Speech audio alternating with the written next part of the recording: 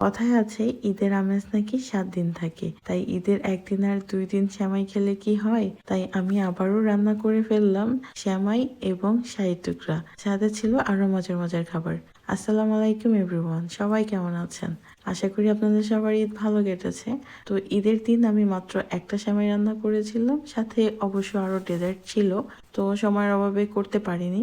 তো লম্বা সেমাইটা আমার ভীষণ ভালো লাগে, এটা আমি অনেক পছন্দ করি। তো এটা দুধ দিয়ে রান্না করে ফেললাম, সাথে শাহী টুকরা করেছিলাম, হাজব্যান্ডের জন্য মিট কারি ছিল, আর তার সাথে বানিয়ে দিয়েছিলাম তাকে ব্রাউন আটার রুটি। পর্তুগালে আসার পর থেকেই সকালের নাস্তার জন্য ব্রাউন আটার রুটিটাই বেশি খাওয়া হয়।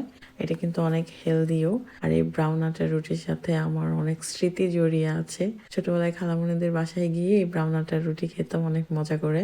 সাথে আরো ছিল বাঁধাকপি, চিংড়ি মাছ, আলু দিয়ে ভাজি রুটির সাথে খাওয়ার জন্য, কারণ আমার হাজবেন্ড বলে দিয়েছিল সে বিরিয়ানি খাবে না। বিরিয়ানিটা ঈদের দিন বেঁচে যাওয়া বিরিয়ানি আমি ডিপ ফ্রিজে রেখে দিয়েছিলাম আমার জন্য, কারণ এটা এত বেশি মজা ছিল, সবাই অনেক প্রশংসা করেছে এবং 2-1 জন আমার কাছে রেসিপিও চেয়েছে, আমি ইনশাল্লাহ দেব।